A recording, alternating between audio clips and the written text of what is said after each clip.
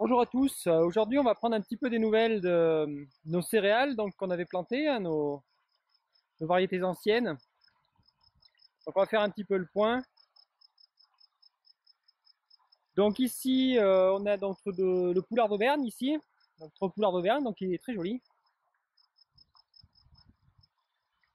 La feuille vraiment très très large.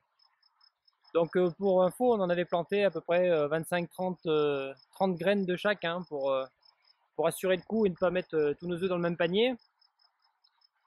Donc le poulard d'Auvergne est très beau. Ici, on avait, qu'est-ce que c'est? L'épeautre blond. Donc ici, l'épeautre blond. On voit bien, il y a une grosse différence de feuillage, hein, par rapport au poulard d'Auvergne. Donc l'épeautre blond. L'épeautre nain, qui correspond bien à son nom, hein, effectivement, il est vraiment nain. Donc du coup, donc pour rappel, ici, on fait notre première reproduction et sélection de céréales anciennes, donc pour faire nos farines et nos pains. Donc on teste un petit peu tout ce qu'on a trouvé. On en a des centaines à tester et on regarde celle qui s'adapte le mieux au terrain. Donc l'épeautre nain, bon bah correspond bien à ce qu'on imaginait. Il est vraiment même un peu plus nain que ce qu'on pensait, donc il n'y a pas du tout de paille. Donc nous on va favoriser quand même la production de paille. Donc on le sélectionnera pas, hein. On va le reproduire mais pas le sélectionner. Ici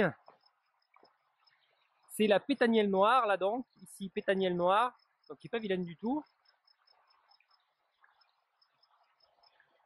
On voit bien la différence avec l'épeautre nain. Et juste à côté ici c'est la pétanielle blanche, là, qui est vraiment pas belle du tout, mais l'explication est assez simple, c'est qu'il y a des campagnols qui se sont installés dessous et qui ont bien grignoté les racines.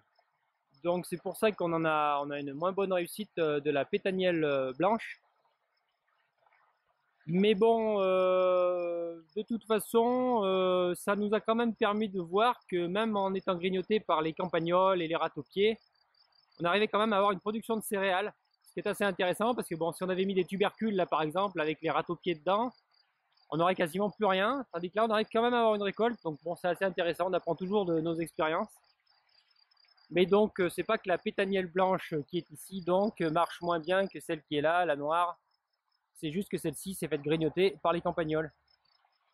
Et on a l'aubaine blanche juste à côté ici, donc qui est très très belle, très très très belle, belle réussite.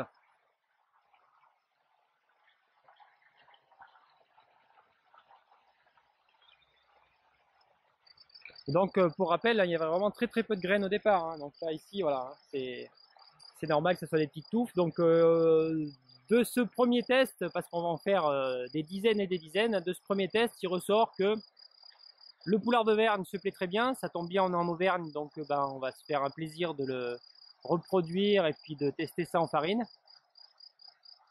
Donc l'aubaine blanche, évidemment, on va la garder parce qu'elle est vraiment très très belle, hein. Vraiment très belle.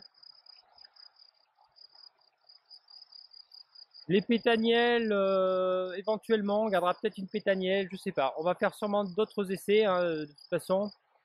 Mais clairement, on va garder poulard d'Auvergne et aubaine blanche, hein.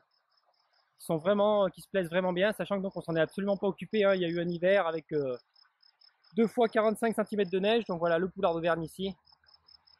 Donc a très très bien résisté à l'hiver, hein. L'hiver a vraiment été dur, on a eu beaucoup de casse sur les arbres, on pensait vraiment que les céréales allaient vraiment en pâtir, et puis bon bah finalement tout le monde a poussé, mis à part donc la pétanielle où les ratopiers se sont installés, hein. Mais bon on en a quand même. Donc bilan de ce premier test de reproduction et de sélection de variétés anciennes, pas mauvais du tout.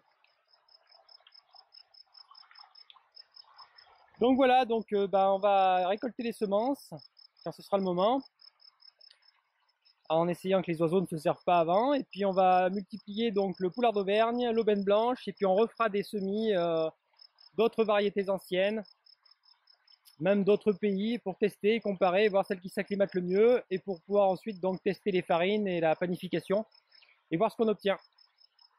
Voilà, donc je vous donne rendez-vous pour une prochaine vidéo, et puis un petit like, un petit partage si vous avez aimé cette vidéo, et à la prochaine!